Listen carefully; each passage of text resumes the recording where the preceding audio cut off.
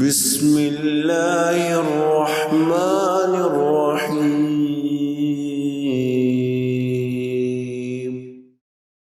اللہ کو محبوب ہے مسجدیں۔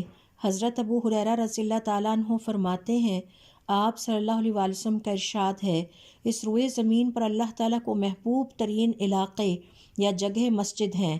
ایک اور حدیث کے مطابق وہ 7 خوش قسمت افراد جنہیں قیامت کے دن اللہ کے عرش کا سایہ نصیب ہوگا، ان میں وہ افراد بھی شامل ہیں جن کا دل دنیا کی زندگی میں مسجد میں لگا رہتا تھا اور وہ مسجد میں وقت گزارتے، اللہ کا ذکر کرتے اور اس کی عبادت میں مشغول رہتے۔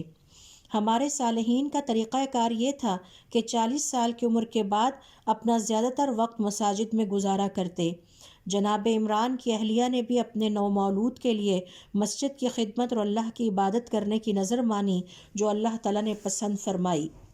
ابو درداء رضی اللہ تعالیٰ عنہ کہتے ہیں، آپ صلی اللہ علیہ وسلم فرمایا کرتے، مسجد ہر متقی کا گھر ہے۔